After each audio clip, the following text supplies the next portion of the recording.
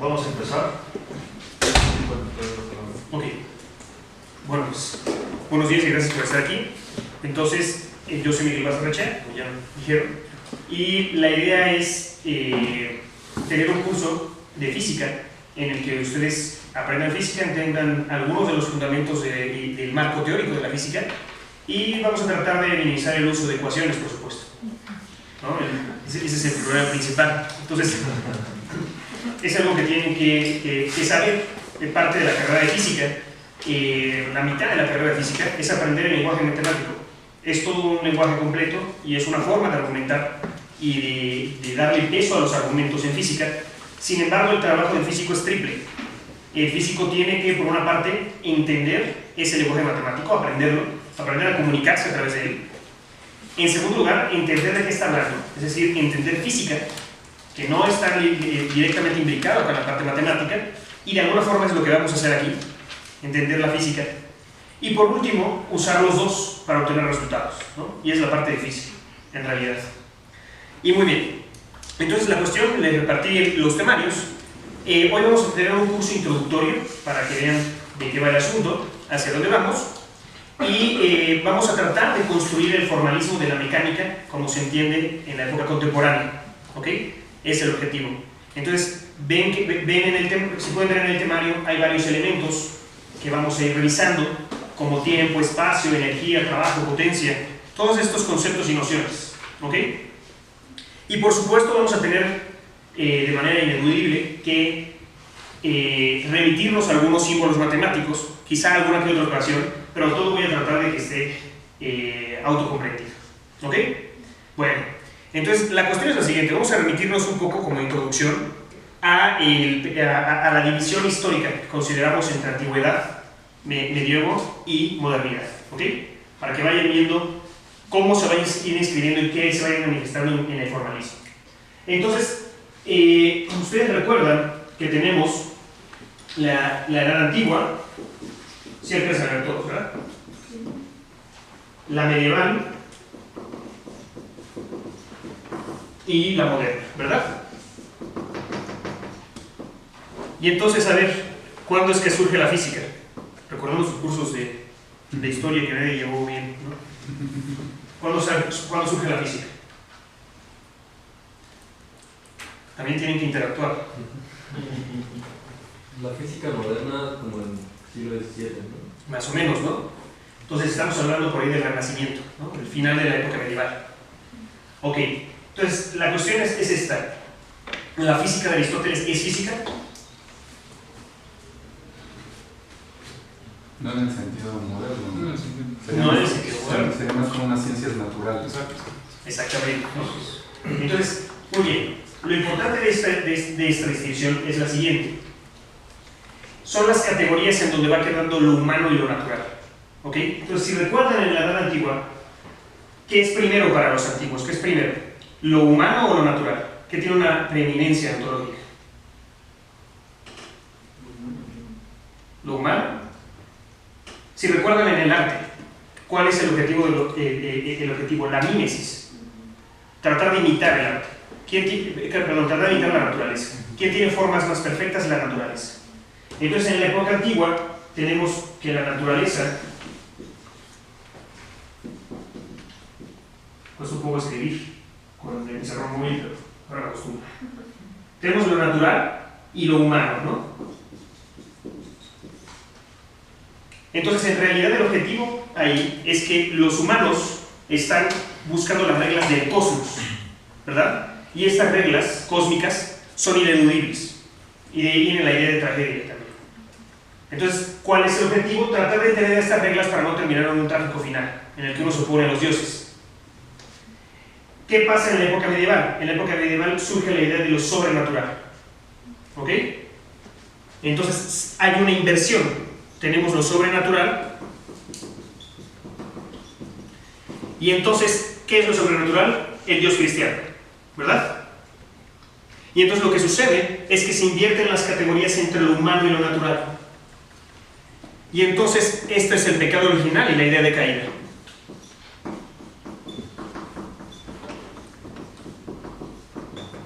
¿Ok? Y entonces, aquí el objetivo, recuerden, era tratar de entender las reglas cósmicas para seguir el correcto orden del universo, ¿no? Aquí hay una inversión, aquí aparece el Dios cristiano, y entonces la naturaleza queda por debajo del hombre.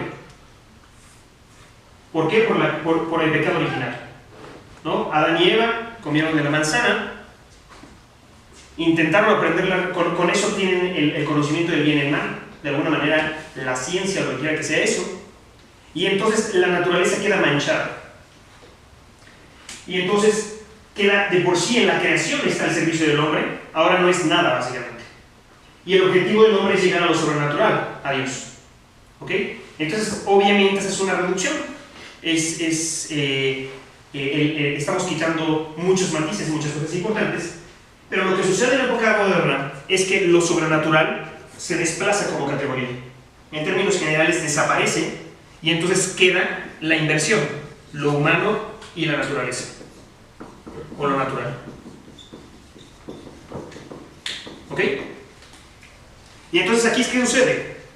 Aquí lo que tenemos es el movimiento durante el Renacimiento. Podemos identificarlo con Francis Bacon, les recomiendo que vean el Novum Organum. Y lo que pasa ahí es que hay un espíritu en el que dice: yo ya no necesito de Dios para encontrar las reglas. No va a ser una revelación. Puedo desarrollar un método con el cual puedo encontrar estas reglas cósmicas, pero la naturaleza está debajo de mí. Entonces, en ese momento el espíritu era: voy a restaurar la naturaleza del pecado original por mis propios medios. Voy a hacer el paraíso del hombre en la tierra a través de la ciencia. ¿Ok? Y ese es el discurso moderno que está detrás de la ciencia, pero no tiene que afectarlo. ¿Sí me explico? Lo que vamos a hacer no vamos a describir ni entender las reglas últimas de la realidad ni del cosmos, sino los modelos que tenemos de eso. Entonces eso es lo que tienen que tener muy claro. La física es un conjunto de modelos y de descripciones que nos permiten aproximarnos a la realidad y hasta cierto punto controlarla a través de experimentos. Entonces no son las reglas últimas, aunque nos gustaría pensar que sí. ¿Ok? Entonces, a partir de esto, en la época moderna, se empieza a construir el esquema de lo que conocemos actualmente como ciencia y en particular como física. ¿Ok? Entonces, hay un desarrollo histórico en las áreas de la física. Tradicionalmente, en todo este movimiento, y leemos un poquito más de eso el jueves, tenemos que lo más fundamental en la descripción de los cuerpos materiales o físicos es el movimiento. ¿Ok? Entonces, la pregunta básica es: ¿cómo se mueven las cosas y por qué? ¿Está claro? Entonces tenemos aquí una pregunta acerca de, quizá lo escucharon en algún momento, ¿no? En un curso de bachillerato o algo así, la distinción entre cinemática y dinámica, ¿verdad? Bueno, como veremos, esas distinciones son del siglo XIX, no las necesitamos ya, ¿ok? Son categorías insuficientes para lo que queremos responder en la actualidad. Sin embargo, se mantiene la distinción entre cómo se mueven las cosas, que sería la cinemática, y quién las mueve. ¿Está claro? Y entonces, esta es la pregunta básica. En todos estos siglos anteriores, lo que le interesaba a la gente era saber cómo se movían las cosas. Y hay varios elementos comprometidos en esto. Entonces, en la época antigua, uno puede leer la física de Aristóteles, revisaremos un poquito acerca de esa idea, de las ideas de ahí. Y entonces uno tiene el movimiento, y lo que interesa ahí es decir que necesita una causa siempre, una fuerza que mantenga el movimiento. ¿Ok? Saben que para Aristóteles, por ejemplo, está el motor inmóvil y hay una causa final ahí. Y después, en la época medieval, se pasó de manera general, en un marco muy general, a la cuestión del Dios cristiano, que sería la causa última de movimiento de todas las cosas. Sin embargo, nos podemos ir más abajo y empiezan a aparecer algunos problemas que no se entienden en ese momento, no se tienen los elementos y la forma de preguntar. Y entonces hay varias cosas que vamos a ir comentando poco a poco. y que dan paso a la mecánica de la época moderna. ¿Ok? Y hay preguntas muy interesantes que, como veremos, hay una respuesta aquí que no está tan mal, luego se dice que está completamente equivocada, se redefine acá y finalmente nos damos cuenta de que ellos no estaban tan equivocados. Y así va a ser todo el tiempo. ¿Ok? Entonces piensen en lo siguiente. Este es el problema. Son los problemas tradicionales en la época medieval. Ustedes saben el pensamiento generalizado de que la Tierra era plana y obviamente estaba inmóvil en el centro, ¿no? Son dos cosas diferentes, pero pueden pensar así. Entonces están en un momento histórico en que consideran que la Tierra es plana y que el Sol gira alrededor de ustedes. ¿Ok? Y entonces ustedes tienen el problema de un águila que quiere tomar a una tortuga que está en el suelo. ¿Ok? Y que está volando en el cielo. En este cielo extraño, ¿no? De esferas infinito y así. Y entonces la cuestión es esta.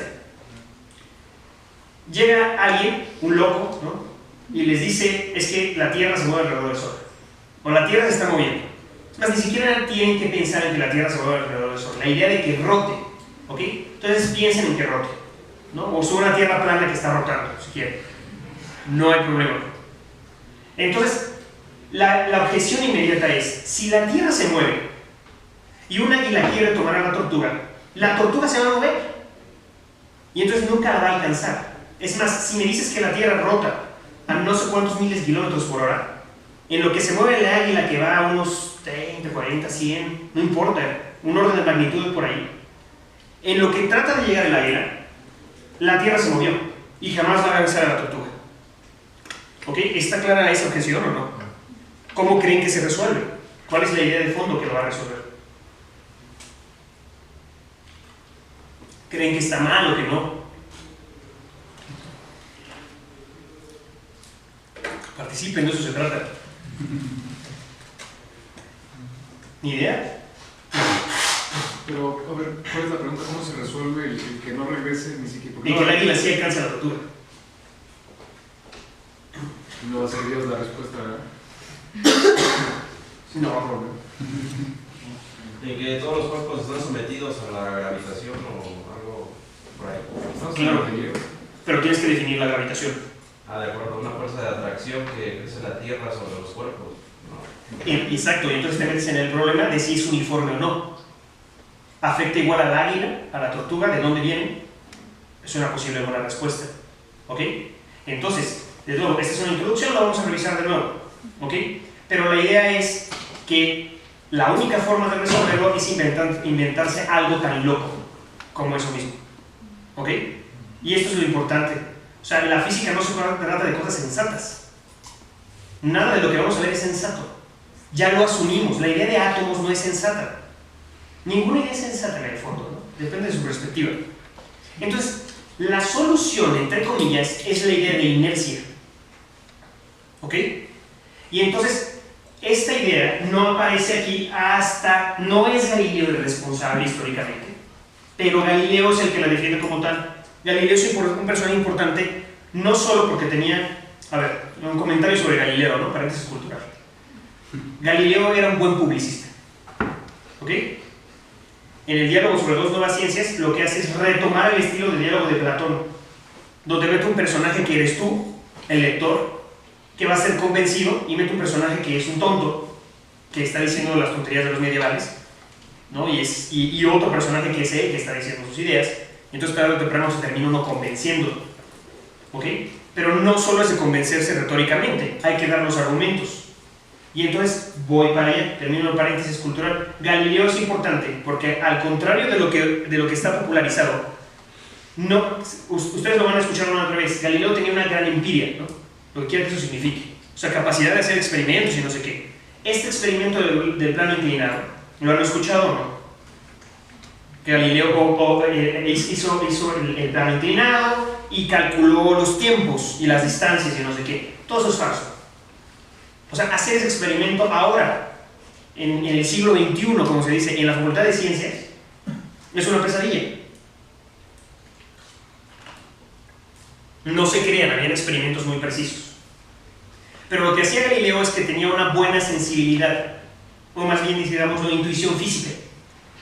Se podía dar cuenta de qué era lo necesario, y entonces ese es el giro que va a ocurrir del medievo a la modernidad. ¿Ok? Todos estos cuates en el pasado tenían intuición física también.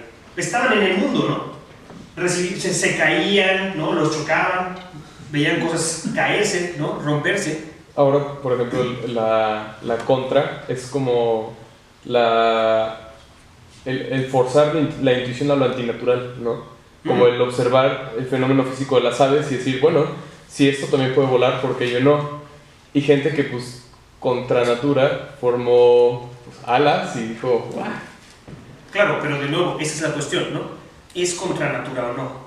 Porque son las reglas de la naturaleza. Sí. Entonces, pero es importante la observación. O sea, lo que quiero que vean con este esquema es que lo natural no es obvio. La idea y noción de naturaleza que tenemos y que ha sido arrastrado por siglos es esta, la antigua, en donde hay unas reglas del cosmos inviolables. ¿Ok? Pero no las tenemos a priori.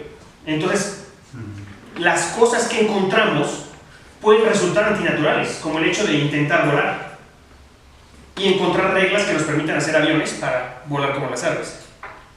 ¿Ok? Bueno, pero entonces regresando al punto. La cuestión con Galileo es que tenía una intuición física desarrollada y el cambio de lo medievo a lo moderno es esta idea de Galileo que dice que el lenguaje de la naturaleza son las matemáticas. ¿Ok? Esa es la primera. Y hay otra atrás, que es que la naturaleza busca el camino más sencillo posible. Entonces, si se dan cuenta, son dos observaciones importantes que van a simplificar la forma de abordar la descripción de la naturaleza. ¿Ok? Entonces, no es que la naturaleza se manifieste matemáticamente, ¿ok? Sino que las matemáticas nos van a permitir hacer la abstracción necesaria para eliminar elementos que nos estorban en la descripción. ¿Está claro esto? Entonces, regresando para hacer un ejemplo con el movimiento, si yo quiero describir el movimiento, tengo que hacer una abstracción. Y entonces, si tengo el movimiento de ¿qué? De todo, ¿está claro? Es en general, cualquier objeto que se mueva. Si tengo entonces, por ejemplo, un objeto cualquiera como un perro callejero que hay en la calle, y digo, quiero describir el movimiento del perro, entonces el paso de abstracción, es decir, ¿qué importa para el movimiento? ¿Importa el color del perro? ¿Importa que tiene hambre? Son preguntas, no retóricas. ¿Importa? Podría importar, ese es el problema. ¿Ok? Entonces la pregunta de si importa o no tiene truco, porque podría importar. Podría ser que yo tenga un mundo de esferas de bolas de billar en donde importa el color de la bola de billar por alguna razón, y entonces si esta bola es roja y esta es verde, se mueven de manera diferente, y entonces sí importaría la descripción. Entonces lo que yo voy a hacer, de nuevo, no es descubrir las reglas fundamentales del universo, sino voy a abstraer, voy a quitar elementos para simplificar el problema con la hipótesis fundamental de que eso se vale. O sea, que la naturaleza evidentemente se mueve de manera sencilla, o por el camino más simple, y que además voy a poderlo describir con matemáticas. ¿Ok? Porque las matemáticas son un lenguaje que evita la ambigüedad, y entonces me permite de manera más limpia terminar con un argumento. ¿Ok? Ustedes saben de lógica que pueden construir argumentos formales muy fuertes, pero de pronto hay frases en el lenguaje que uno le dicen, pasa al lenguaje lógico. Y uno se hace chango, ¿no? Porque dice, oye, ¿cómo paso el no obstante, quizá, tal vez, ¿no? Al lenguaje lógico. Y entonces tenemos que hacer convenciones de lenguaje para poder pasar todo eso a un argumento en términos lógicos y poder usar la lógica.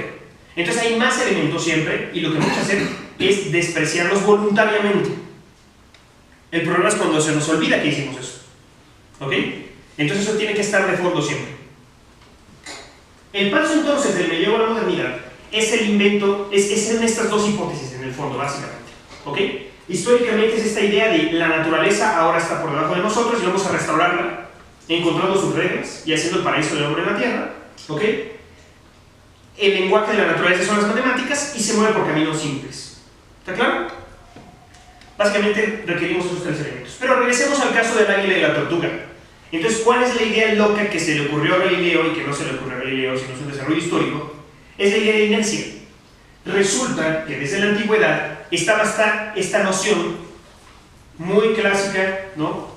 Muy aristotélica, que los objetos no podrían moverse si no estuviera siempre la causa que los mueve detrás de ellos. ¿Está claro esto?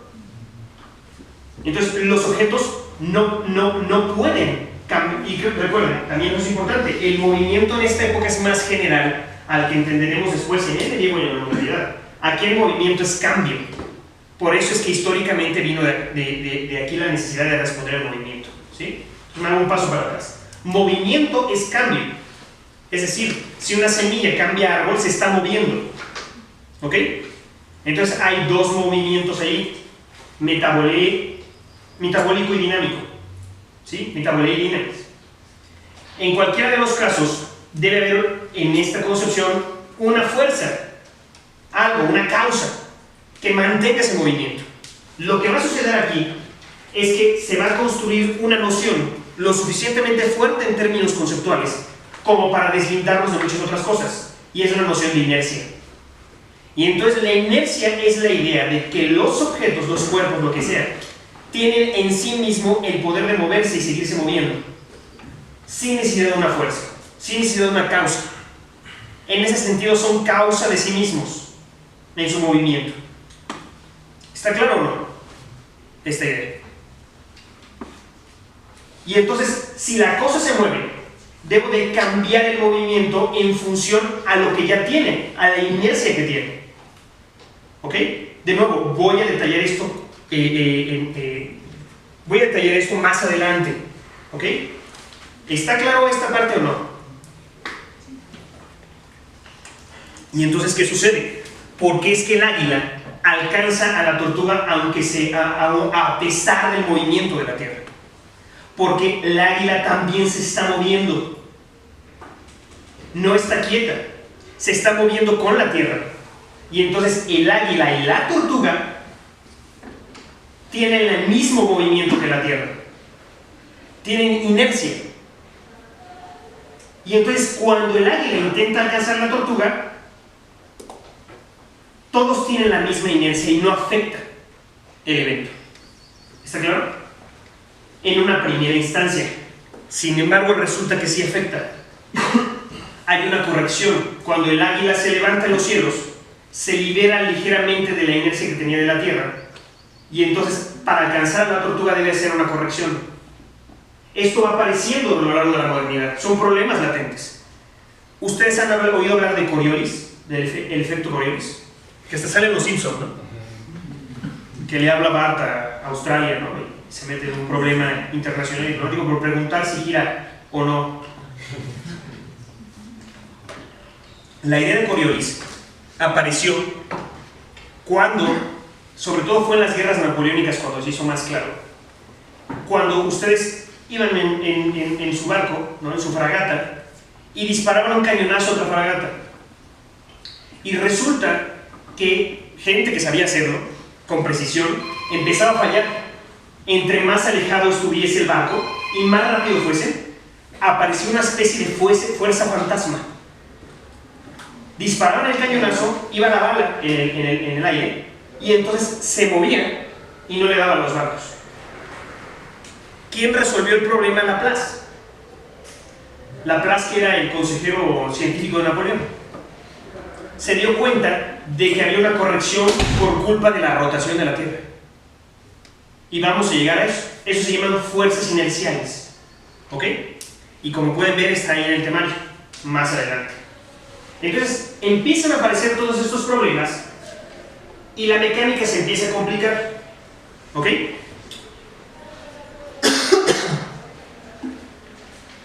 Se empieza a complicar y tenemos el desarrollo de la física en tanto mecánica, nada más el movimiento, en los siglos XVIII en el siglo XVI, XVII.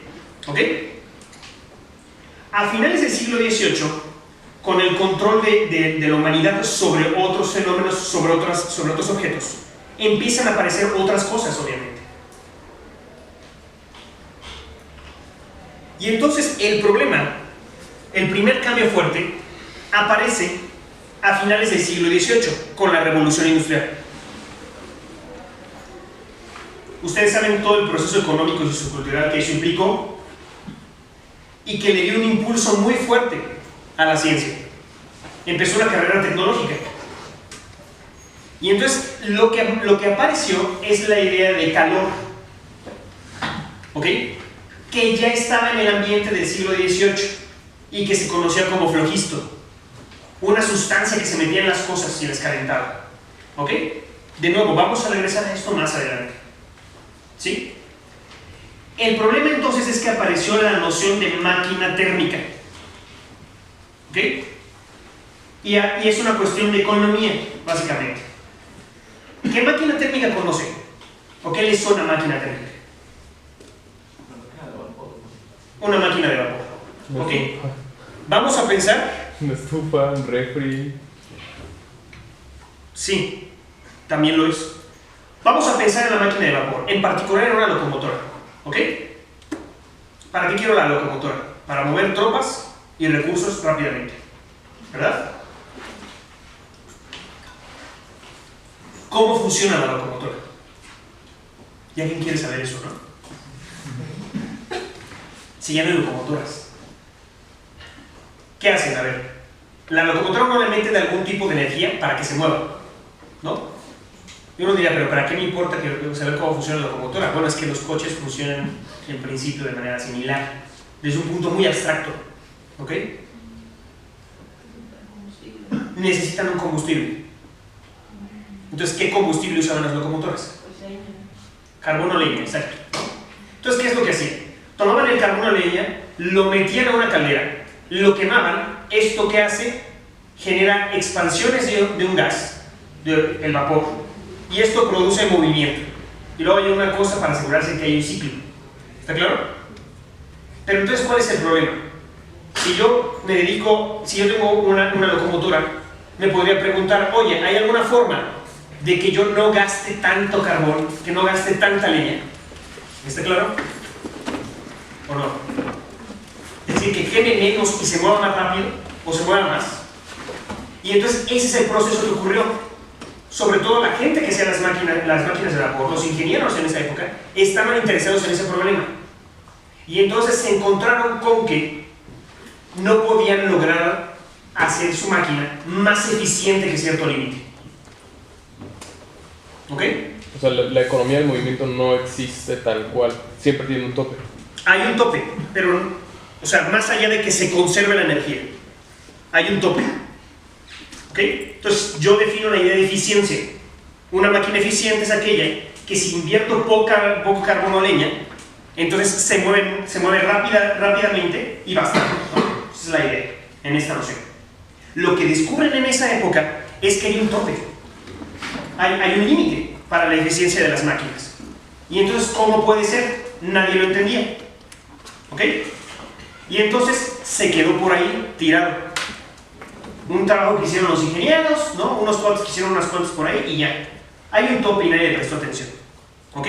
Vamos a regresar a eso pronto. Durante el proceso del siglo XIX viene después la segunda revolución industrial. ¿Cuál es la segunda revolución industrial? A ver, para los que acaban de llegar, les paso un temario. ¿Alguien más por ahí?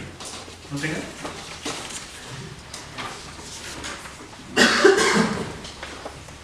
¿Cuál es la segunda revolución industrial?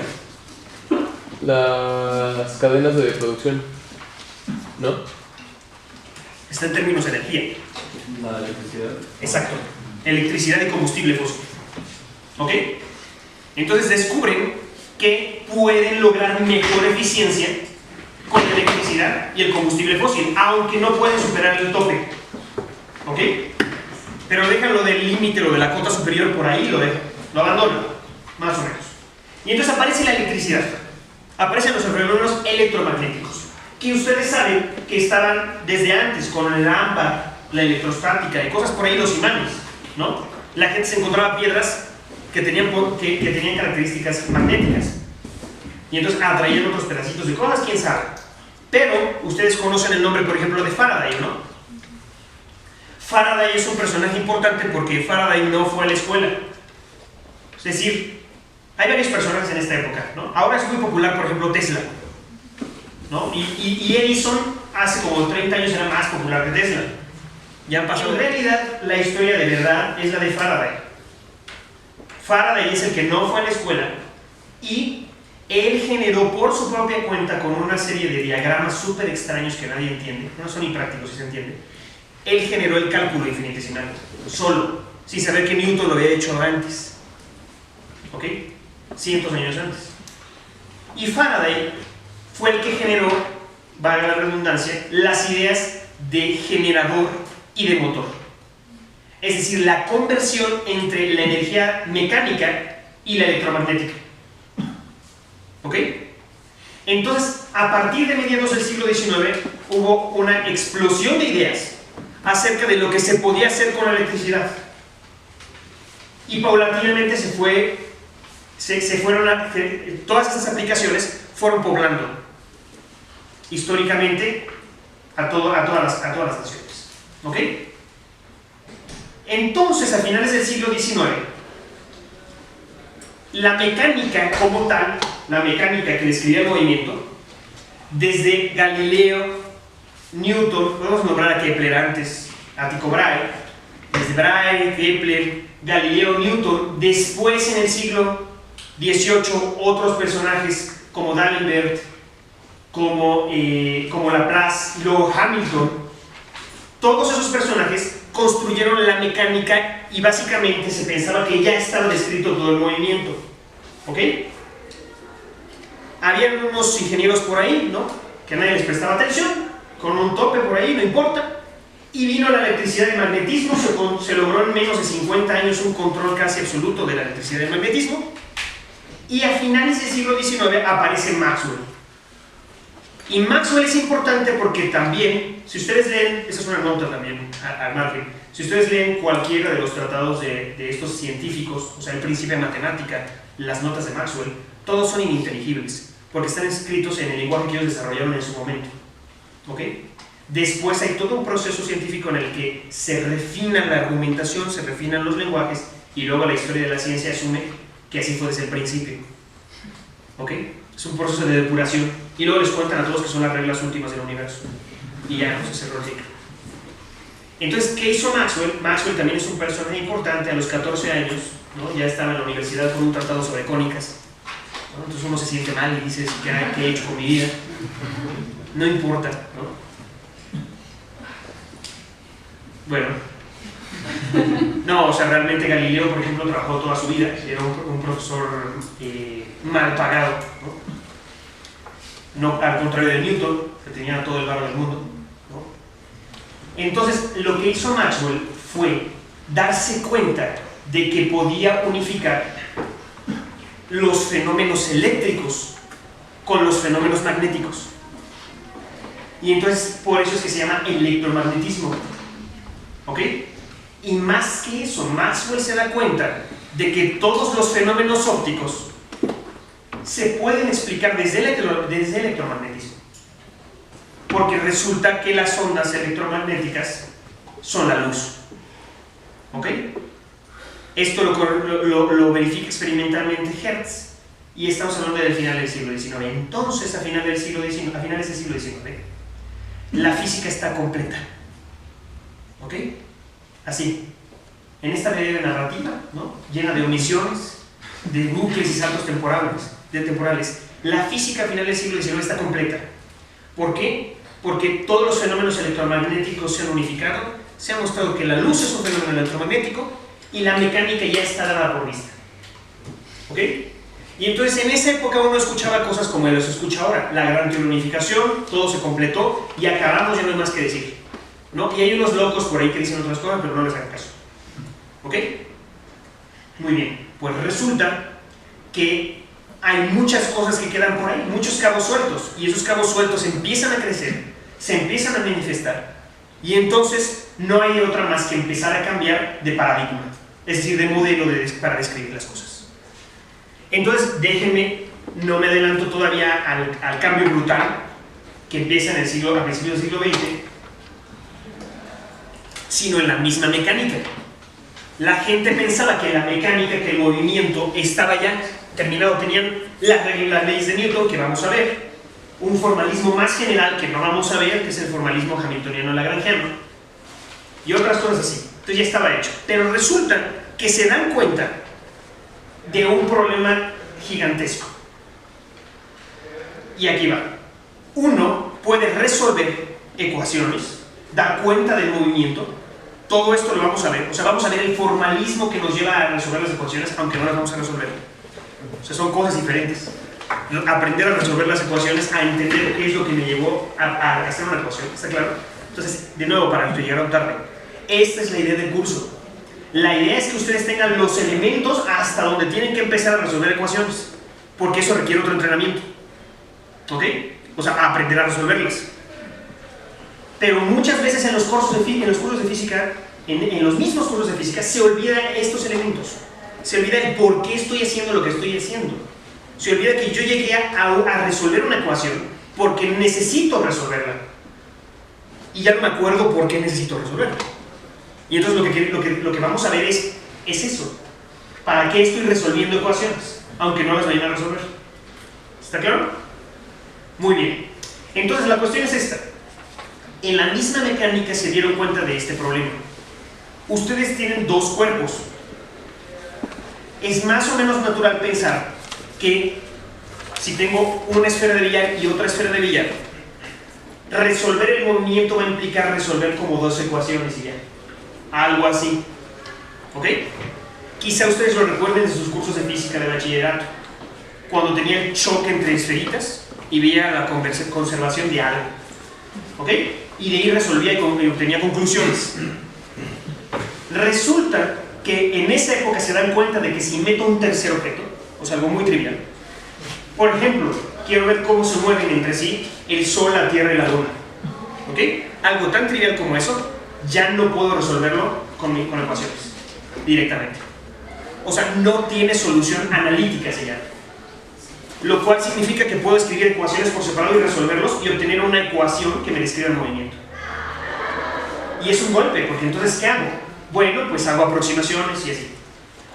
Muy bien. Pero ahora meto un cuarto cuerpo. ¿Y qué hago?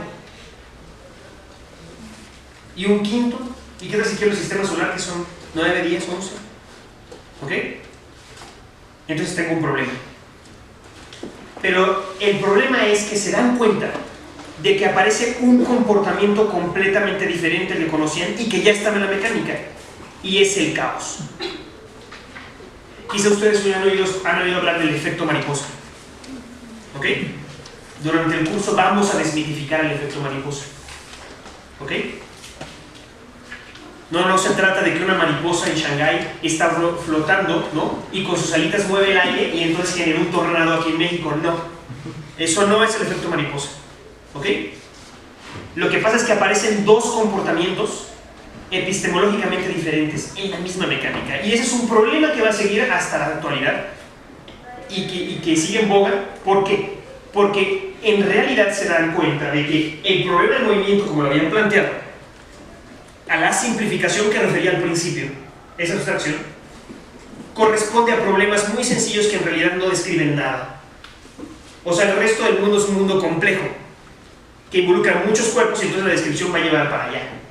¿Ok? Pero no nos adelantemos. Eso es lo que va a pasar con la mecánica. Es decir, la mecánica no está muerta y no está muerta. Y entonces eso construye de las 4 grandes áreas de la física la primera, que va a ser la mecánica clásica. Y que es la que usamos ahora. Y entonces los problemas principales de la mecánica clásica en la actualidad es describir el movimiento, pero de objetos complejos. ¿Ok? Por ejemplo, de los fluidos. Si yo tengo un líquido en movimiento, me interesa saber qué es lo que va a hacer en una tubería, por ejemplo. Entonces, o sea, aunque la historia de la ciencia asocia siempre los problemas a gran profundidad, muchos se originan de cosas prácticas, sencillas, humildes y totalmente despreciables en primera instancia. Todo el estudio de los fluidos, parte, formalismo, fue planteado por Navier-Stokes, que eran ingenieros que querían saber cómo se movía el agua en tuberías. O sea, que estaban tratando de describir las cañerías de una ciudad. ¿Ok? Y ellos sentaron el formalismo para los fluidos. Todo va a estar aquí, en la mecánica clásica. Entonces, la mecánica clásica va a tener la idea de caos, vamos a precisar caos, ¿ok? No es el caos primigenio de los antiguos, no tiene nada que ver con eso, pero hay gente que se les van las cabras y como no sabe eso, piensa que sí después, físicos también. El caos, los fluidos, por ejemplo, y muchas otras cosas más, ¿ok? Es el movimiento en general. Pero entonces, ¿qué va a suceder? Ya que había quedado claro que había otra área, que era el electromagnetismo.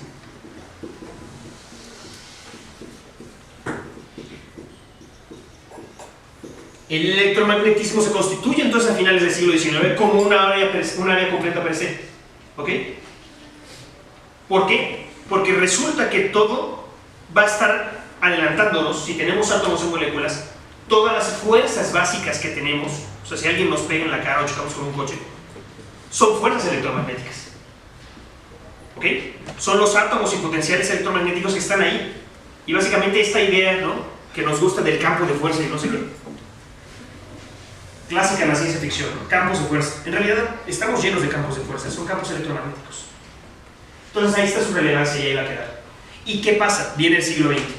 Y entonces aparecen problemas inocuos, en primera instancia, que van a resultar súper relevantes. El primer problema son los átomos. ¿Ok? ¿Ustedes creen en los átomos? Es la pregunta obligada. ¿Creen en los átomos o no? Se vale que sea de creencia ahorita, no hay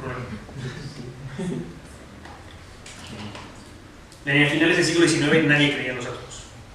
¿Ok? Y no estamos hablando de los átomos de Leucipo y de Demócrito. El átomo de Demócrito no tiene que ver tampoco con eso. No precisamente. Eso es algo que ha hecho la historia de la ciencia para vincularse con una línea de discurso. ¿Ok? No.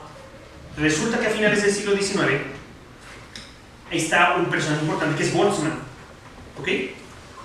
Boltzmann decía, ¿sabes qué? Esto que pasó con nuestros ingenieros que hicieron lo de las máquinas térmicas, la termodinámica, lo que quiera que sea eso, como que tiene más relevancia hacer solo un ejercicio para resolver locomotoras. ¿Ok? Y entonces Boltzmann se da cuenta de que él sí cree en los átomos y se da cuenta de que este tope en las máquinas tiene en realidad un impacto sobre el mundo microscópico y un impacto sobre todo. ¿Ok? Eso, como vamos a ver más adelante, va a ser la segunda ley de la termodinámica. ¿Ok? Que nos limita en muchos sentidos y desde donde podemos decir muchísimas cosas raras también. Y vamos a verlo más adelante. Es como si todo en escala tuviera su propio sistema de referencia, ¿no?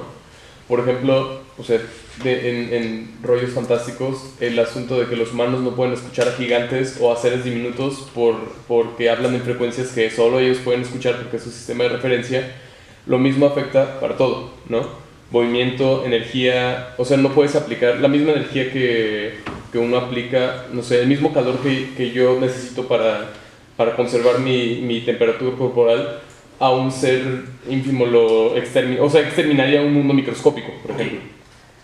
Sí, no. Ahí hay tres elementos que están mezclados, no sé si es cierto, y que los tres son importantes. El primero es el sistema de referencia. ¿Ok? El sistema de referencia no tiene que ver con la escala o el tamaño. ¿Ok? Tiene que ver desde dónde vas a observar y desde ahí vas a hacer las correcciones necesarias. ¿Ok? Vamos a ver esa idea del sistema de referencia en el movimiento, en la mecánica clásica. ¿Ok? Y esto es crucial porque tiene que ver con la idea del barco que se está moviendo y que yo tengo una pelota. Si yo estoy en un barco en movimiento y lanzo mi pelota, lo que yo veo es que la pelota sube y baja mi mano. ¿Está claro? Todos, o sea, ¿ven esa imagen con claridad o no? Pero alguien que está fuera del barco, en el puerto, lo que ve es que lanzo la pelota, ¿ok? El que lanzó la pelota se separó de la pelota, se mueve, y la pelota cae en su mano. ¿Por qué? Porque como tenía inercia la pelota, como iba con el barco, cuando se separó, se llevó esa inercia, avanzó e hizo un tiro parabólico y cayó ahí. ¿Ok? Entonces, esa es una cuestión de sistemas de referencia. Y va a ser el primer postulado de relatividad. Que sin importar qué sistema de referencia tengas o qué tan raro es, debes de poder tener, las leyes de la física van a ser comunicables entre sistemas de referencia. Y eso permite que, por ejemplo, se trabaje en sistemas que están como, o sea, combinaciones de sistemas. Por ejemplo, cómo estudiar electromagnetismo en fluidos. No, eso lo vamos a aclarar más adelante. No, eso solo me está diciendo desde dónde voy a hablar, ¿ok? Mecánicamente. Luego viene esa parte que estás diciendo y con eso y que vamos para allá, ¿ok? Pero tengo que plantear las 4 áreas para aclarar ese punto. O sea, ¿cómo vinculo electromagnetismo con mecánica? ¿Ok? Esa es la pregunta que acabas de hacer. ¿Cómo vinculo las áreas entre sí? Sí, ¿cómo estudias ¿cómo se llama? Pues cuestiones eléctricas en fluidos, por ejemplo, Claro. etcétera. Vamos a dar una respuesta a eso, ¿ok? Pero en primer lugar está la cuestión de los sistemas de referencia. ¿Desde dónde estoy observando? Eso es crucial, ¿ok? Entonces déjenme hacer hincapié en esto. La física y a los mismos físicos se les va. No se puede hacer física sin sistema de referencia, ¿ok? Porque es desde donde voy a hablar matemáticamente. Vamos a precisar eso, o sea, no se trata de las matemáticas que estoy usando, no. Se trata de algo mecánico, ¿ok? Porque pensamos que todo está hecho de partículas, de átomos y de moléculas. Y entonces todo se mueve. Entonces déjenme hacer un paréntesis ahí, para redondear la idea y que no quede en el aire. Hay una idea generalizada, y con eso voy a responder el tercer elemento que te digo que está ahí. Hay una idea generalizada que es la de determinismo. ¿Le suena? ¿Sí o no? Entonces, es curioso porque el determinismo se manifiesta fuertemente a finales del siglo XVIII, luego en el siglo XIX, aunque no creían en átomos y moléculas como tal, ¿ok? Pero la idea del determinismo es que si yo conozco las reglas que rigen un sistema y los componentes de él, entonces puedo predecir su comportamiento, ¿ok? Tiene detrás de alguna forma el reduccionismo, la idea de que si tengo un sistema, si separo sus partes, si entiendo cada una de sus partes, entonces entiendo el sistema completo, ¿ok? ¿Está claro esto? Entonces, en gran medida la física reduccionista lo que ha hecho es analizar, separar las partes con una abstracción, describirlas y luego describir el todo, ¿ok? Entonces, el determinismo se manifestó como tal con la idea de la mecánica, y el espíritu es ese. Si yo entiendo las reglas que rigen al sistema, ¿ok? Tengo un paradigma con el cual resolver el movimiento y conozco en algún instante de tiempo las condiciones, todo esto va a quedar más claro cuando empecemos a desarrollar el formalismo. Entonces puedo conocer pasado, presente y futuro, es decir, todo el movimiento. ¿Está claro? Ese es el objetivo. Y el objetivo de la mecánica, en realidad. Ahora, ¿qué va a suceder? Cuando se manifiestan los átomos como tal, y se dice, sí creo en los átomos, vamos a ver qué pasa. Entonces tengo sistemas que tienen muchos cuerpos, ¿ok? Muchos objetos. Entonces recordemos este problema de, tengo 3 objetos, no puedo resolverlo ya con una ecuación cerrada. Y ahora tengo, no 3, tengo millones de objetos, ¿ok? Millones de millones, millones de millones de millones, ¿ok? Un Google de objetos. Entonces, ¿qué hago? ¿Cómo lo resuelvo? Entonces hay 2 cosas. Todo ese problema se empieza a manifestar y resulta que esta regla tope de las máquinas en realidad está referida en última instancia a una regla que se impone sobre todo el mundo macroscópico, la segunda ley de la termodinámica. Y entonces el estudio de los cuerpos macroscópicos y la dinámica entre ellos sin referir al movimiento de cada una de sus partes se llama termodinámica y física estadística, y esa es la otra área. ¿Dónde lo pongo? A ver. Luego, no, ya ni modo, voy a borrar esto, ¿no? Con todo el dolor de mi corazón voy a borrar la modernidad. Bueno, entonces aparece la termodinámica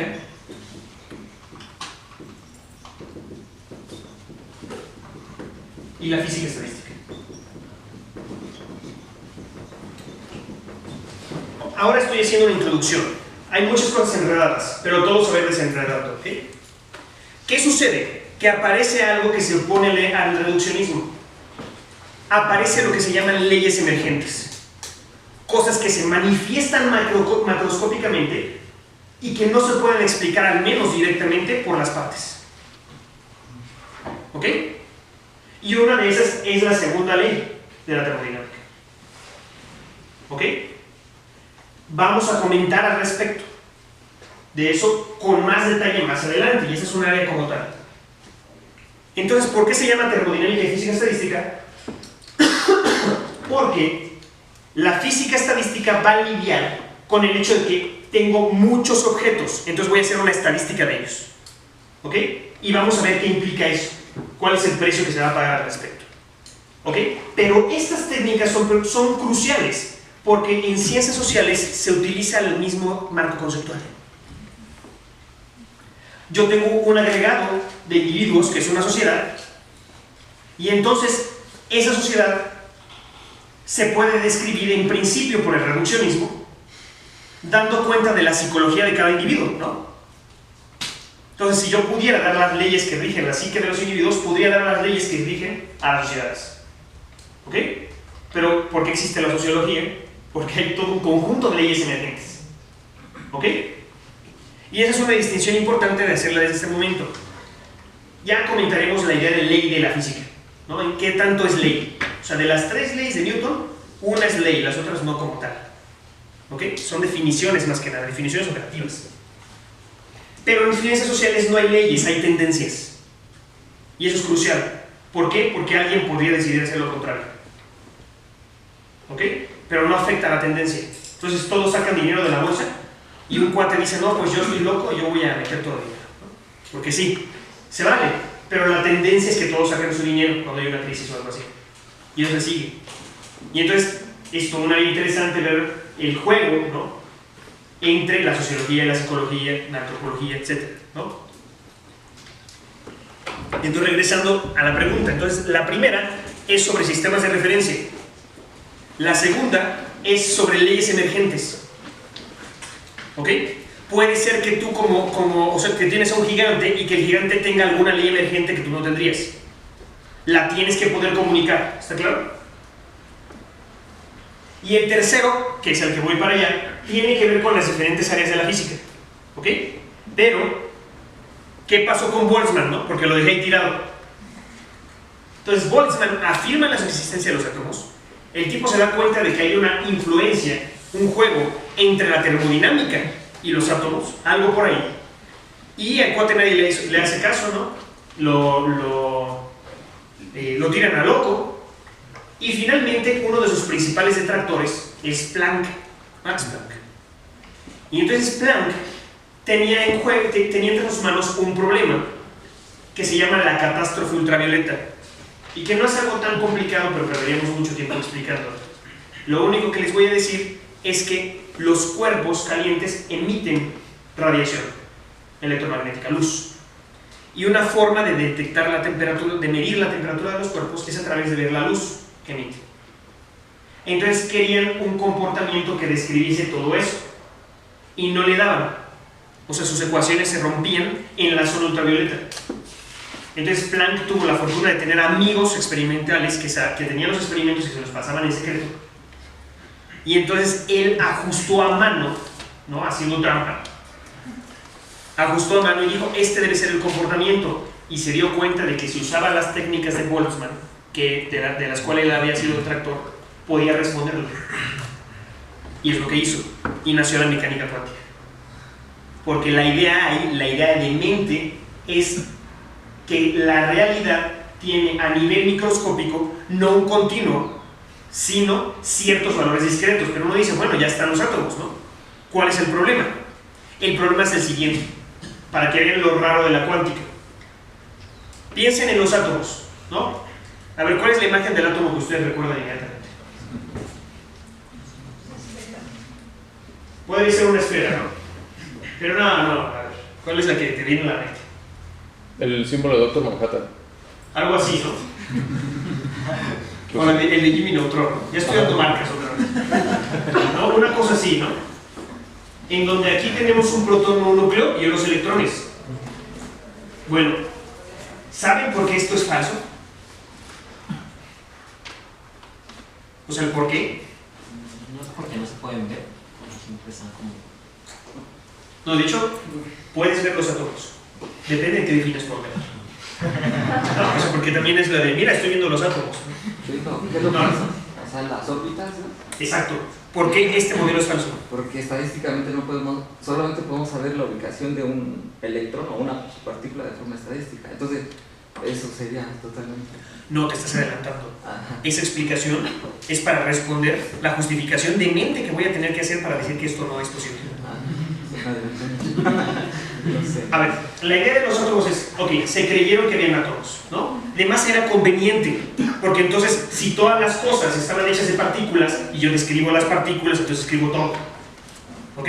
Esa fue la idea. Entonces fue así como, de hecho, Boltzmann se suicidó, ¿no? Pero fue así como, no, pues sí, tenía razón.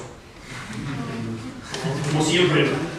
Entonces, la idea del átomo es que se dan cuenta, Rutherford se da cuenta de que los átomos tienen cargas positivas y cargas negativas, ¿ok?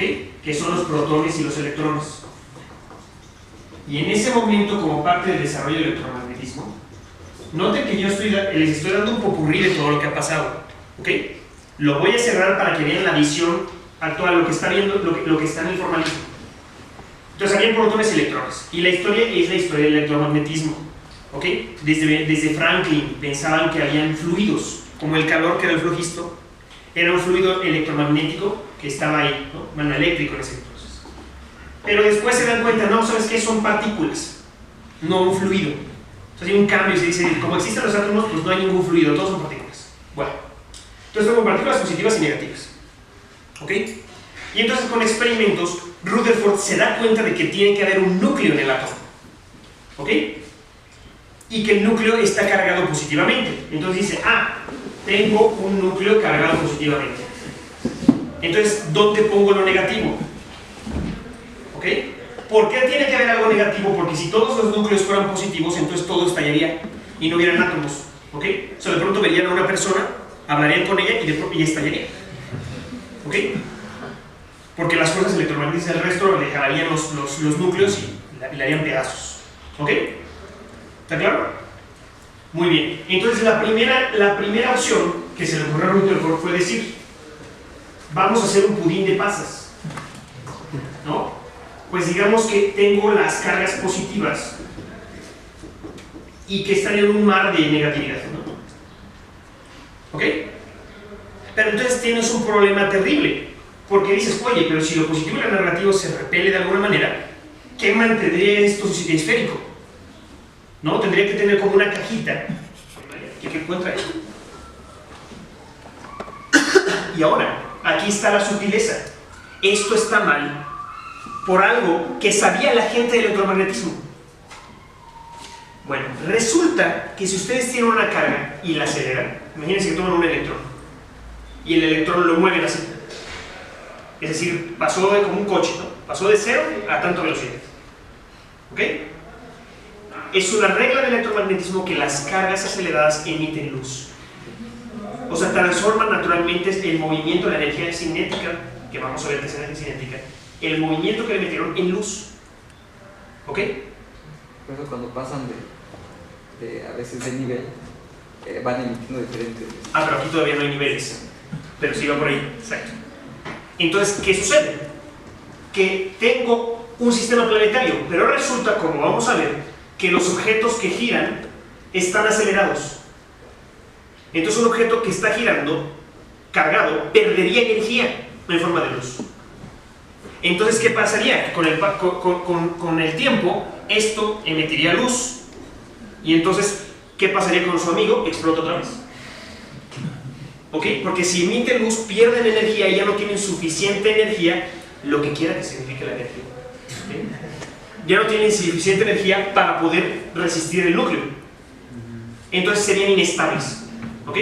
Y entonces la idea de Bohr, que es una locura, de verdad, injustificada, ¿sí?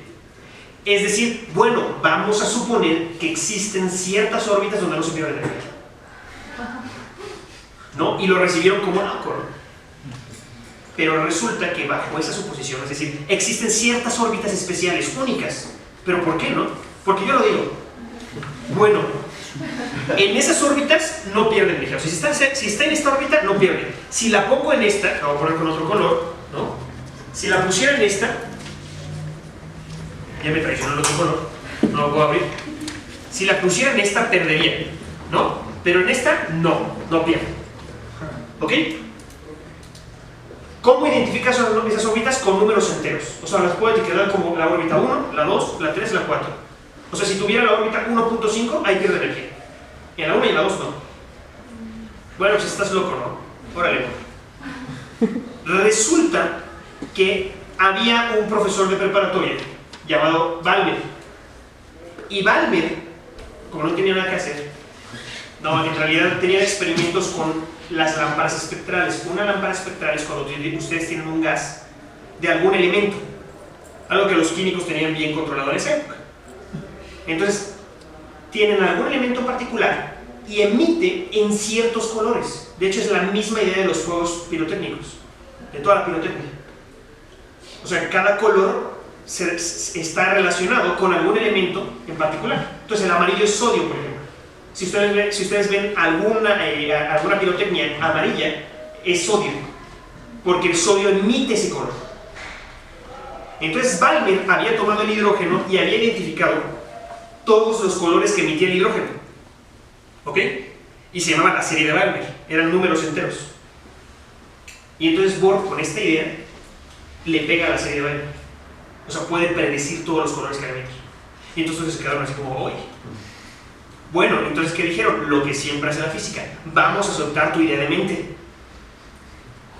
Y vamos a seguir hasta las últimas consecuencias. Ustedes saben que la idea de últimas consecuencias es absurda.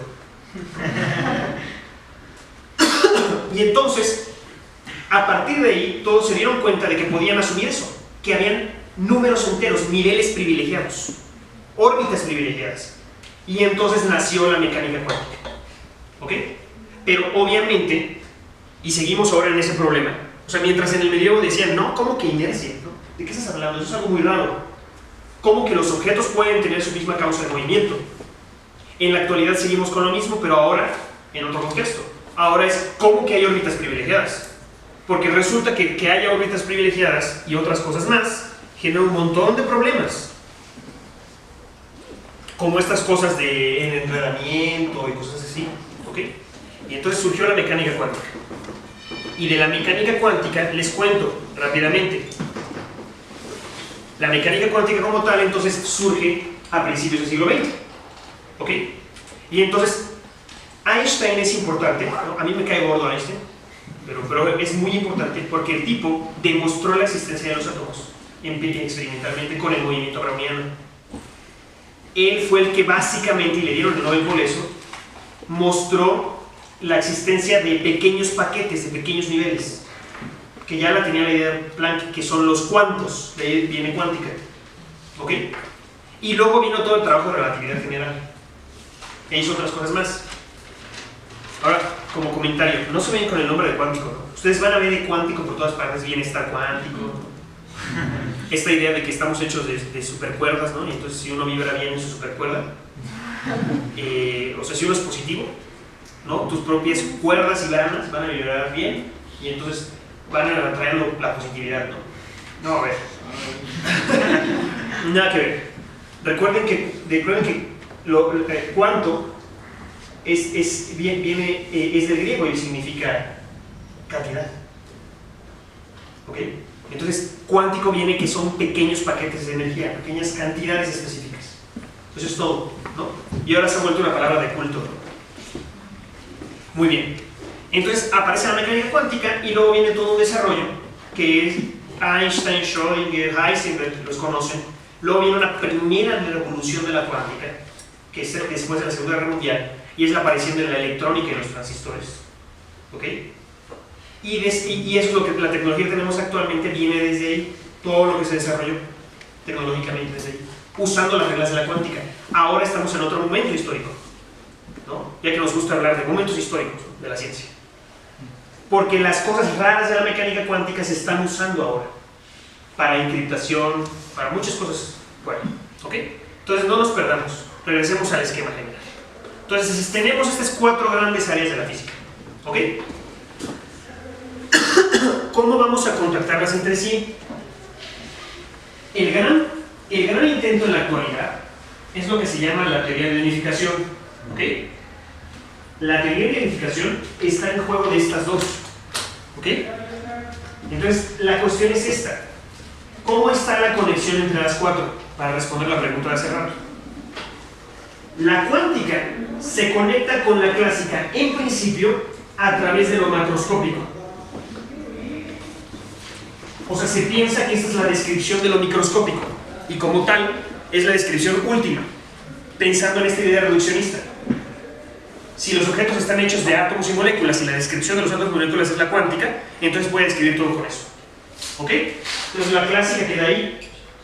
La termodinámica y física estadística también de alguna manera, o sea, viene como de acá, porque tengo muchos átomos y moléculas, ¿ok? Muchos más, y entonces puedo llegar ahí y me topo con estas leyes emergentes. El electromagnetismo y la cuántica ya están unificados, y ese fue el trabajo de Feynman, que es la electrodinámica cuántica, ¿ok? Entonces todo lo que escuchan de la teoría de unificación es que se considera que hay 4 fuerzas fundamentales, ¿ok? Que son la fuerza electromagnética, la fuerza nuclear fuerte y la fuerza nuclear débil, que son las que están acá. La fuerza nuclear fuerte mantiene a los protones unidos, ¿ok? Que tiene que ver con los quarks y estas cosas. Y la fuerza nuclear débil es la que produce la radiactividad, ¿ok? Y finalmente la gravedad, que está por acá. Se ha mostrado que la fuerza nuclear fuerte, la fuerza nuclear débil y el electromagnetismo se pueden unificar. El problema es con la gravedad, porque es de lo macro a lo micro, ¿ok? Ese es como que el panorama general. Pero vamos a acabar con esta idea. Lo importante de todo esto, porque es la distinción de este esquema, es que va a haber un elemento teórico crucial en todo esto. Y eso se va a llamar el estado del sistema.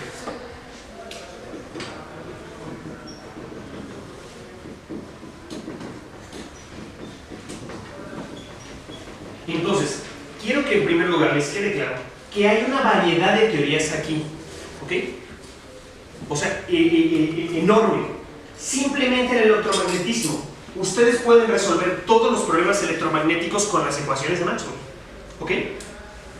Plantean sus ecuaciones, pero un problema en particular les puede llevar toda una vida, ¿ok? O sea, si quieren resolver, por ejemplo, cómo funciona una antena para emitir radios, se genera toda una ingeniería para ese simple problema, ¿no? Simple. Entonces, lo que quiero que quede claro es esto. Lo que vamos a ver es primero que tenemos que responder algo, queremos responder algo en particular.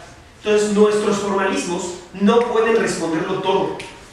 Cualquier intento de responderlo todo está fuera de la física, estamos con algún presupuesto metafísico, ¿ok? En el sentido amplio, ¿no? que está antes de la física o después de la física, ¿no? O metafísico en el sentido que nos gusta, ¿no? Filosofía. ¿Ok?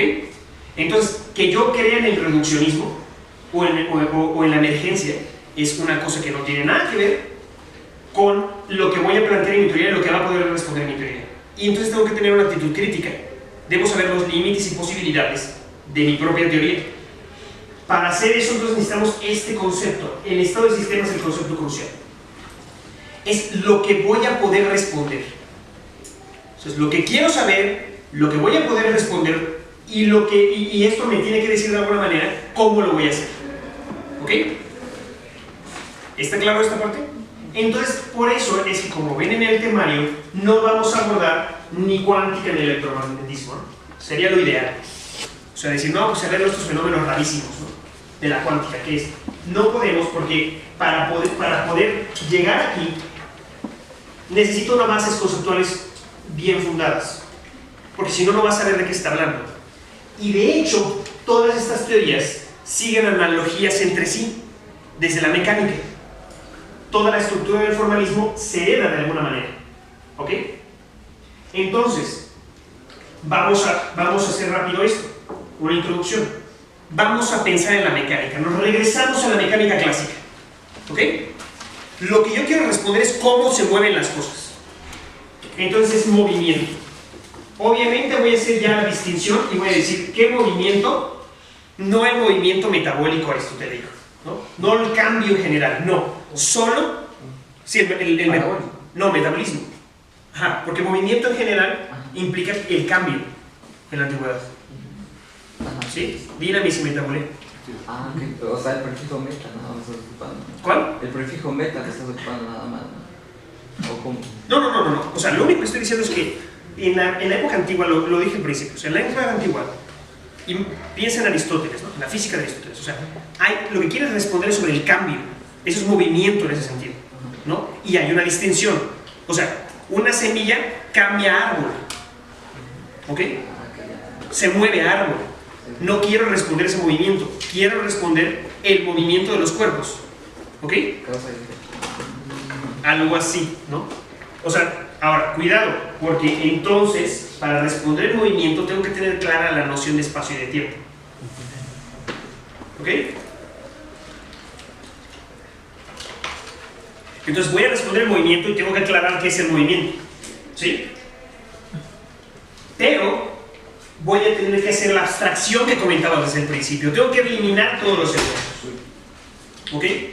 Entonces lo que vamos a hacer es tratar de responder el movimiento ya desde la visión de la física moderna, ¿ok? Entonces, adelantándonos un poco, ¿cómo vamos a pensar el movimiento? Y ya voy a borrar aquí las áreas de la física. Si está clara las áreas de la física, ¿hay alguna duda aquí en este momento? ¿Cualquier duda? ¿Dudas existenciales? Por ahí. No, preguntes eso. No, ¿verdad?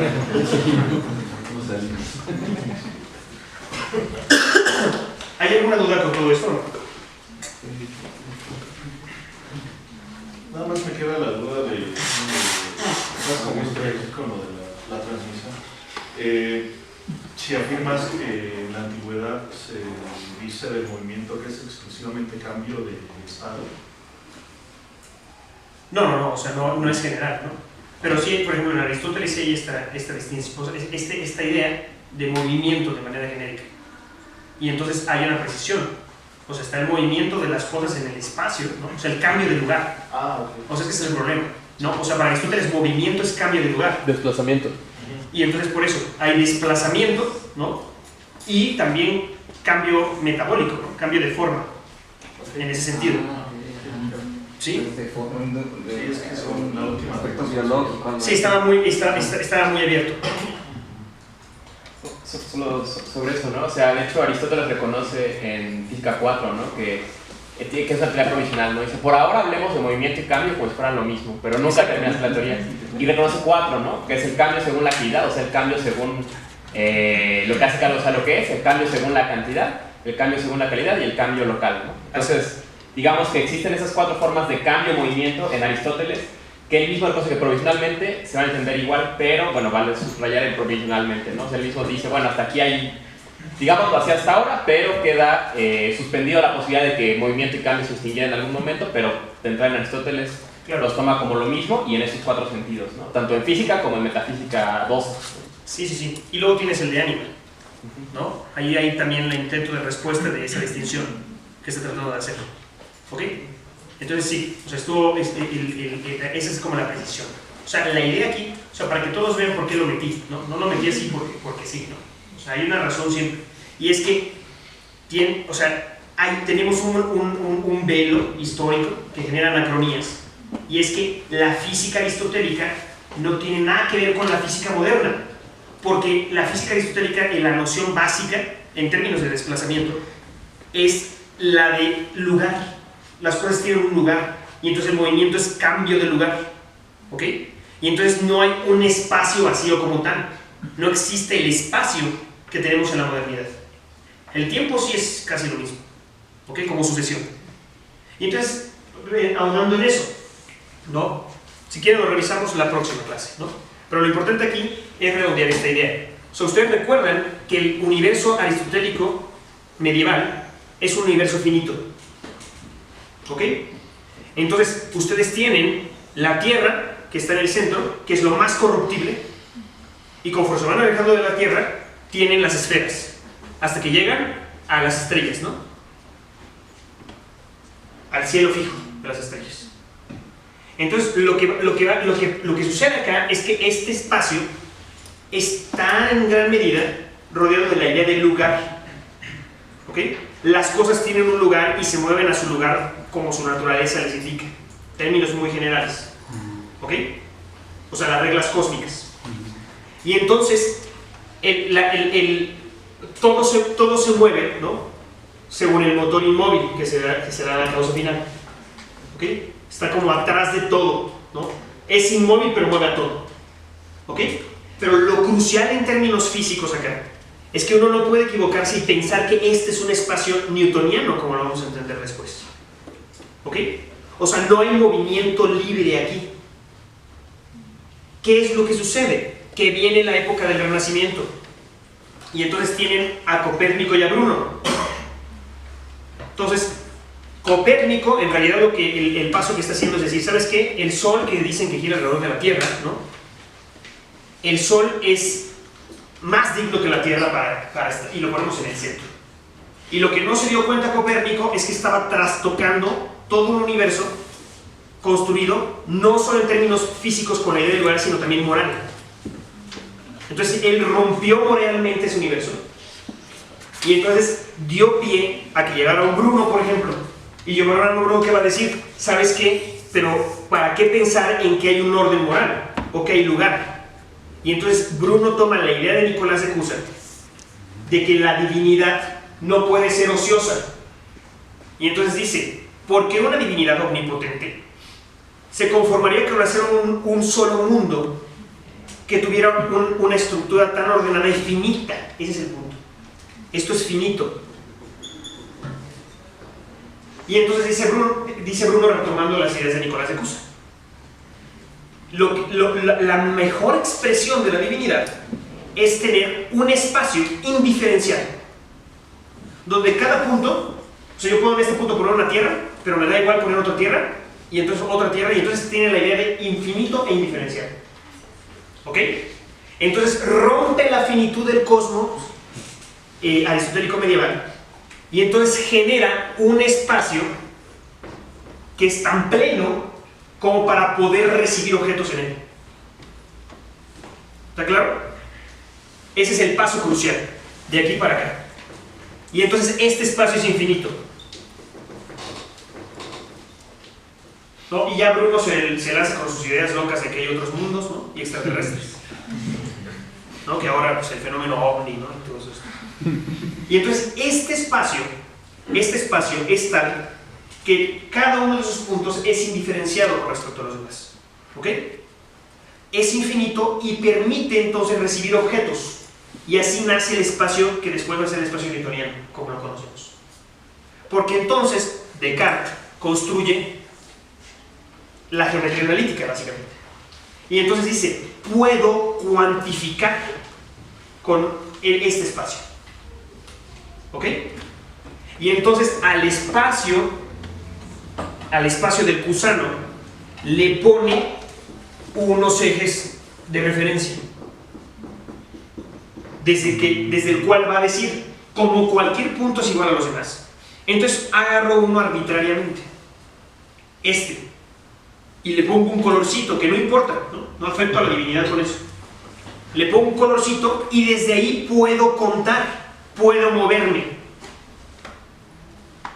Como es infinito, se dan cuenta, lo infinito y lo indiferenciado están ligados. Si hubiera finitud, entonces yo podría reconocer el límite y privilegiar ese límite. ¿Ok? Que es lo mismo que acá. ¿Qué pasó? Entonces el universo, entendido en términos aristotélicos, está muy vinculado a lo mítico, ¿no? A la idea de ciclos, ¿no? Y de una especie de máquina con engranajes. Claro. Que pudiera, donde los elementos son elementos que forman parte de un sistema siempre. Sí. Son engranajes en una máquina. Mientras que el concepto de espacio moderno es como el lienzo de un pintor, donde pueden ponerse cosas de manera mucho más arbitraria, ¿no? Y que no necesariamente están sujetas a esa ciclicidad o esa causalidad. Claro, sí, efectivamente. Pero aún así, de todas maneras, todo está regido ya en aspectos como de publicismo por el sistema de referencia. El sistema de referencia, por ser la imagen, es el que va a dar la pauta de cómo va a ser la visión.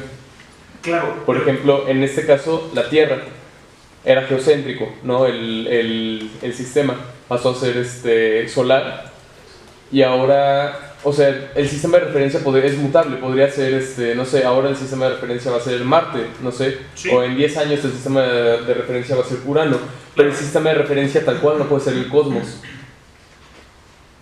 No, hay un sistema de referencia cosmológico. Pero eso es otra historia, pero lo importante en este punto es esto. O sea, sí, o sea, por una parte, aquí nada escapa. Lo que es, y entonces va a circular, ¿no? Entonces es como un juego extraño porque el universo espacialmente es finito, pero el tiempo aristotélico es muy parecido a una sucesión. Y entonces ahí puedes incorporar el tiempo mítico, ¿no? O sea, pensarlo así. O sea, las cosas cambian y se mantienen ahí en esa finitud. Solo sobre esta cuestión del tiempo, ¿no? Algo que vale tener presente sobre Aristóteles es que él justamente empareja tiempo y movimiento, ¿no? O sea, la definición del libro 4 justamente dice eso, aunque no pueden identificarse porque el movimiento es vario y el tiempo solamente es uno. De hecho, digo, a veces lo pasamos de largo, ¿no? Pero realmente, si bien es cierto que el primer motor es principio de movimiento, propiamente lo que es principio de tiempo, porque el argumento que da que hay un primer motor según el capítulo 6 del libro 12 es justamente que siempre ha habido tiempo, ¿no? Y cuando siempre ha habido tiempo, tiene que haber siempre que haya un movimiento, tal que haya una medida de ese tiempo según el antes y el después, y ese es el primer motor, ¿no? Principio de tiempo y con ello de movimiento. Y esto, digamos, lo interesante es esto, ¿no? Que si bien vemos el concepto de espacio muy fuertemente determinado, por lo menos el movimiento local aristotélico, va a traer siempre detrás el caso del movimiento y una cosa más, ¿no? Que va a ser paradójica para él, que es que va a estar siempre emparejado también al no ser, ¿no? O sea, el movimiento siempre va a tener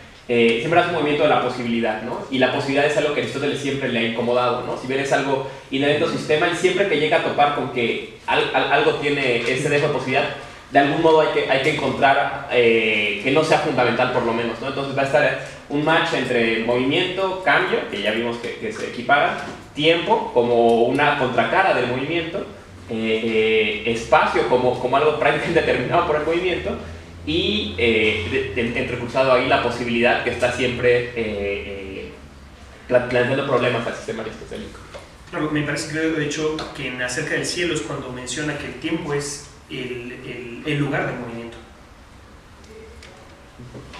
O sea, el movimiento tiene un lugar también, y es el tiempo.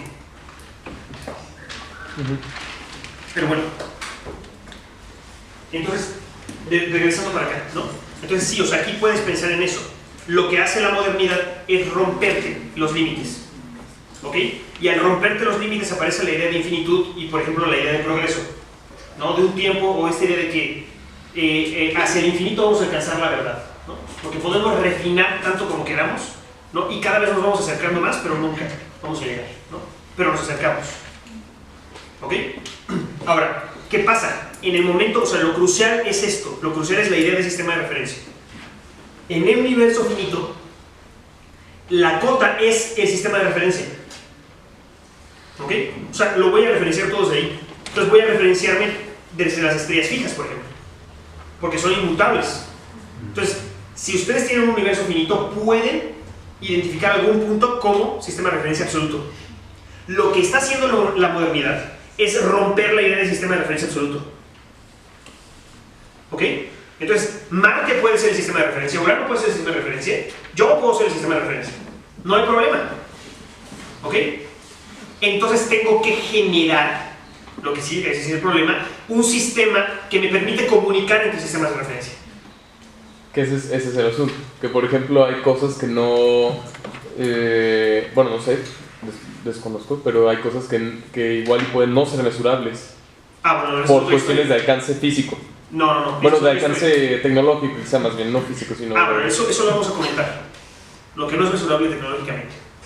Pero la hipótesis, por eso les comenté al principio, la hipótesis fuerte es el lenguaje de la naturaleza son las matemáticas. Y entonces ahí es, a ver, son dos posturas, ¿no? O sea, ustedes pueden decir, no hay, todo se puede medir.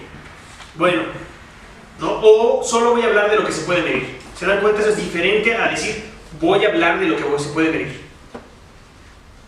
Porque estoy haciendo una abstracción. ¿Ok?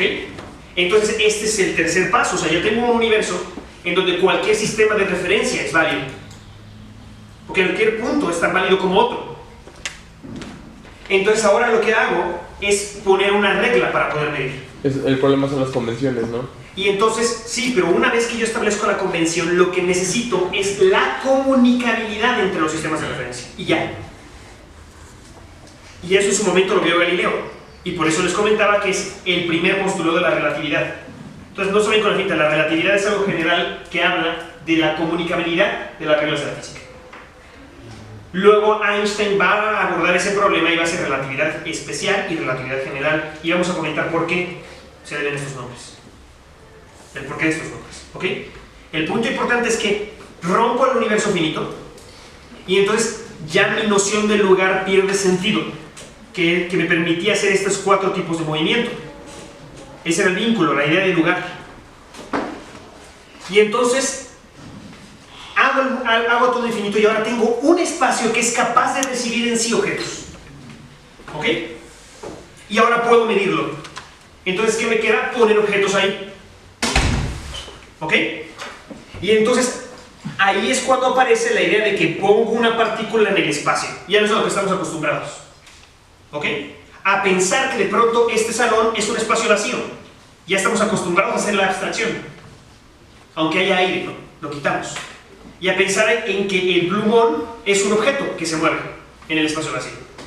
Entonces el movimiento se acaba de restringir a los puntos por los que pasa el objeto en este espacio vacío infinito reglado. ¿Ok? Entonces, ¿cómo voy a responder el movimiento? Voy a retirar todo lo que no me importe. Y todo lo que no me importa, en una primera instancia, es todo excepto estos puntos por los que pasa. ¿Ok? ¿Y cómo se llaman esos puntos por los que pasa? Trayectoria. ¿Se alcanzan a ver, no? La trayectoria. ¿Está claro? Muy bien. Entonces, sin embargo, fíjense que hay una hipótesis atrás. O sea, antes de llegar a esta parte. Voy a hablar del movimiento, pero tengo que hacer una aproximación. ¿Sí? Y entonces aquí surge la aproximación más fuerte de todas. Digo, ¿más fuerte que esto? No, ¿verdad? Pero ya que hicimos eso, ya que nos lo tragamos, entonces vamos a hacer una aproximación, vamos a remover todo, excepto la trayectoria. Y esa es la idea de partícula. ¿Ok? Y cuidado, no son las partículas elementales de las que se habla ahora. ¿Ok? Es una noción completamente diferente. Tiene el mismo nombre de partícula por ciertos compromisos conceptuales. Pero la idea de partícula es una aproximación muy fuerte. ¿Por qué? Porque partícula puede ser cualquier cosa que se mueva. Lo que sea. Entonces la pregunta es, ¿existen las partículas? Sí existe movimiento. Bueno, o sea... No, cuidado, porque el movimiento está ahí, yo lo quiero describir. Por eso, pero, o sea, es partícula... O sea, ¿cuál es la convención? La convención es partícula a partir de que se mueve. Voy a hablar de los móviles como partículas, es lo que quiero hacer. Okay. Como materia, ¿no? Mi pregunta estuvo mal. ¿Existen las partículas? No tiene sentido. Pues más bien sería como objeto físico, como materia. Pues yo creo que sí existe, porque compone todo lo que... O sea, es un subsistema de un sistema más grande, ¿no? Yo ahora no lo veo, pero está compuesto de células. Que a su vez está compuesto de otros tipos de... Entonces yo creo que el problema sería más bien entender que no necesariamente tendremos que verlo desde una perspectiva de posición o de cambio, ¿no? O sea, la física es súper más amplia que verlo desde la perspectiva de posición. Entonces hablar de como que marco de referencia y eso, pues sí, se vale, pero yo igual puedo medir, por ejemplo, la distancia que hay de aquí a esa silla, pero ya también puedo hacerlo desde el punto de que está y medir sus dimensiones, toda la cuestión. Entonces, pues sí, desde luego que importa el punto de referencia, pero... No, es crucial el sistema de referencia. Porque tú estás midiendo de un lado al otro y ella por allá. Pero sí. saber son las cualidades de esa en concreto, o sea, sus dimensiones. Vamos a entrar a eso, vamos a entrar a la cuantificación. Entonces, Vamos a entrar a la tanto que ella tenga que el que yo tenga, pues va a arrojar las mismas características, dependiendo, quizás lo que pueda cambiar sean las técnicas que hicimos para medir la distancia, el tamaño, toda la... No, pero no te arroja lo mismo, esa es una hipótesis. Exacto. Puedes medir algo diferente. Ok, digamos, adelantándonos. En relatividad, porque, pero adelantándonos, sí, es importante, o sea, en relatividad especial lo que va a suceder es que sus reglas y cronómetros se van a alterar y entonces sus longitudes no son las mismas. Sí, pero medidos con dos mismos aparatos, o sea, obviamente si las condiciones de los aparatos cambian, los relojes son distintos, yo ocupo uno de tal material y otro, pues desde luego que sí, pero bajo las mismas condiciones, estando alguien en Inglaterra y alguien en México y dando la cuenta, por ejemplo, de un avión, pues va a generar los mismos resultados, ¿no? Entonces, no es que cambie el sistema de referencia, solamente lo que estamos cambiando es pues el ángulo nada más en el que estamos midiendo o haciendo las mediciones o el experimento de eso, pero pues así vamos a entrar, ¿sí? En el punto de referencia, pues Sí, lo vamos a ver en detalle en qué sentido cambia, sí, claro, ¿okay? Pero la precisión, o sea, mi pregunta mal hecha de que existen las partículas, ¿ok? Fue a propósito de esto, desde lo mal dicho, es justo por esta confusión en los términos. Partículas no son los átomos. Partículas, ni las moléculas ni las células. Partícula va a ser la aproximación que voy a hacer para poder localizar el móvil, ¿ok? Entonces necesito que algo se mueva. Localizar el móvil en ese espacio. ¿Está claro? Está clarísimo esta parte. Entonces, partícula puede ser una bala, una pelota, o un avión o un planeta. Claro, es una aproximación. Es una idealización. Y entonces, exacto, un átomo puede ser una partícula, una célula puede ser una partícula, una bala, el mismo planeta Tierra, todo el sistema solar, el cúmulo de Virgo completo, todo puede ser una partícula. Claro, no puedo decir todo el universo, ¿no? Porque entonces que mi espacio es una partícula ya no se mueve. Salvo que se hayan otros universos y hayan divisiones de... No, sí, o sea, salvo que hayan otros universos e íntegramente tengan su sistema sistema tridimensional. Exactamente. Pero lo crucial de esto es que, o sea, fíjense, o sea, este formalismo, mientras pueda medir y se mueva, y medir implica que esté en este esquema, ¿ok? Entonces, por eso es importante el sistema de referencia, porque estoy definiendo la forma en que voy a medir. ¿Sí? Voy a medir así, que voy a medir distancias respecto a este origen, ¿ok? O distancias absolutas respecto al mismo movimiento del objeto, podría serlo, pero ese es el sistema de referencia. O sea, la cuestión es que tengo un fantasma, un duende, se mueven en el espacio newtoniano, puedo dar cuenta de su movimiento, ¿ok? O sea, no me importa el objeto porque hice la abstracción, ¿está claro? Le removí todo, ¿ok? Y entonces, obviamente, si el objeto está compuesto de otros objetos, ¿qué voy a decir? No me importa. Discrimina solamente. Exacto. Solo ese objeto que se está moviendo, a ese nivel voy a describir. Entonces, si está claro lo que estamos haciendo, o sea, ese es el proceso teórico para describir el movimiento. Entonces, ¿qué va a pasar? Que no voy a poder responderlo todo. Mi formalismo ya quedó acotado. ¿Ok? Entonces, el discurso que va a decir, si yo describo todo el movimiento de las partículas que componen un cuerpo, entonces puedo describir el cuerpo, es algo posterior, ¿no? O sea, si doy cuenta del movimiento de todas las átomos o moléculas o células, pensadas como partículas que componen a una persona, y entonces puedo saber pasado, presente y futuro de esa persona, es una historia diferente. El demonio de Laplace, ¿no? Que es el demonio de Laplace, exacto. Pero es una historia diferente a la abstracción que estoy haciendo, ¿está clarísimo? Entonces, esto es crucial, la idea de partícula, porque en realidad es una idealización, ¿sí? Es despojar de todos los elementos que no me interesan, excepto de trayectoria. Entonces, ese va a ser el primer paso. El segundo paso el segundo paso va a ser incorporar la idea de inercia.